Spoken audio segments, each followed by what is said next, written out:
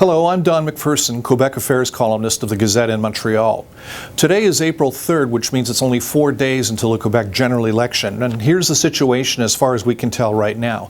The Liberal Party appears to be in the lead, with the Parti Québécois losing support to the Coalition Avenir Québec, the third party in Quebec provincial politics. Now, the big question now is whether the Liberals will be able to hold on to their lead, and if so, whether they'll have a majority or a minority government. The pollsters can give us a pretty good idea of the state of public opinion right now, but a poll is really only a snapshot of public opinion. It can't predict the future. And as I said, there's still a few more days left until voting day. There's still a possibility that some voters will change their mind and that others simply won't show up at the polls on voting day. Now, in the aftermath of the April 7th election, and depending on the results, there could be some pretty big changes in the Quebec provincial political landscape. Let's start with the Quebec Solidaire Party, which needs to continue to build momentum by improving on the results that it had in the last election, in which it won 2 seats and took 6% of the vote. Now, one of its biggest assets has been co-leader Françoise David. She's 66 years old and has indicated that she might not serve out her term if she's re-elected to the National Assembly.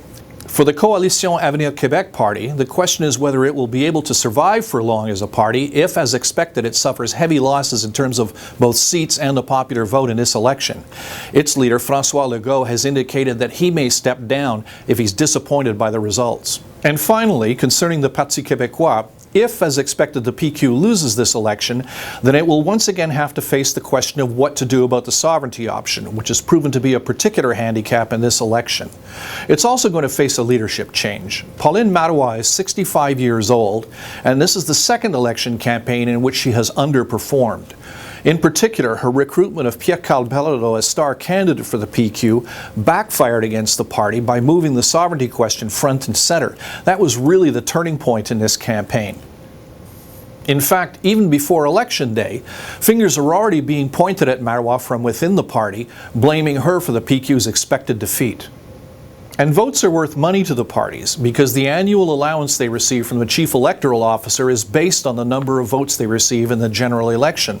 So that's why a small party like Option Nationale, which has no chance of electing any MNAs, is nevertheless running almost a full slate of candidates in this election. The more candidates it runs, the more votes it gets, the more money it gets.